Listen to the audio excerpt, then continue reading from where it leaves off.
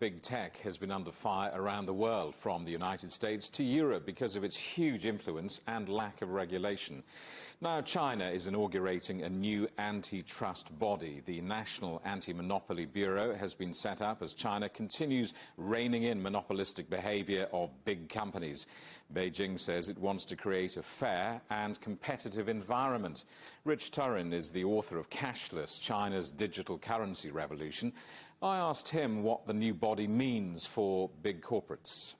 The antitrust issues all tie into the internet. Yes, there are other industries, but it's mostly about the tech front and ending the tech Wild West that had been in the decade prior in China.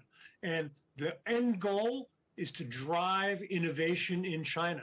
China has seen what happened in the U.S. with regard to the internet and the monopolies, and what they wanted to do was to ensure that all internet players or tech companies have an equal footing, and that they can all drive further innovation in the tech space in China.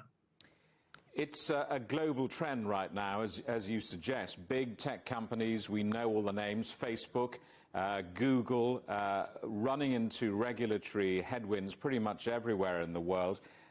What will be the future of these huge companies that until now have been too big to fail? They're still going to be too big to fail, but they are going to be controlled. And here, the big thing is, China is not trying to break up or otherwise hinder its tech companies. What it's fundamentally asking them to do is to play fair.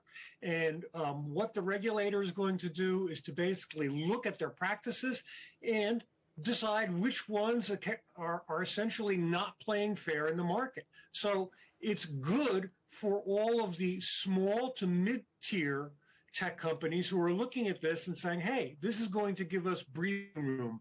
This is going to give us the room to innovate.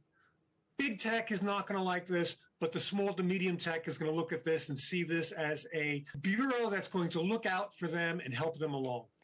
Rich, which sectors and companies do you think are most vulnerable to action here? And what does it mean for the investors? Let's take the investment from domestic first. Domestic investors are absolutely plugged into this. They know what's going on. It's nothing new to them. They're at the point where they're very much aware of what's going on with anti-monopoly, and they have adjusted their investments accordingly. Foreign investors are going to look at this as a signal that the regulatory issues that we've seen over the last year are going to continue. So it's not over. China is going to continue to look and examine its big techs and to ensure that they behave and play well. So foreign investors are likely to be a little bit skittish, but they're not leaving. China investors, even those from abroad, aren't going away. But they do have to be aware that this is a new reality where tech doesn't always get what it wants. And that's a change for everyone.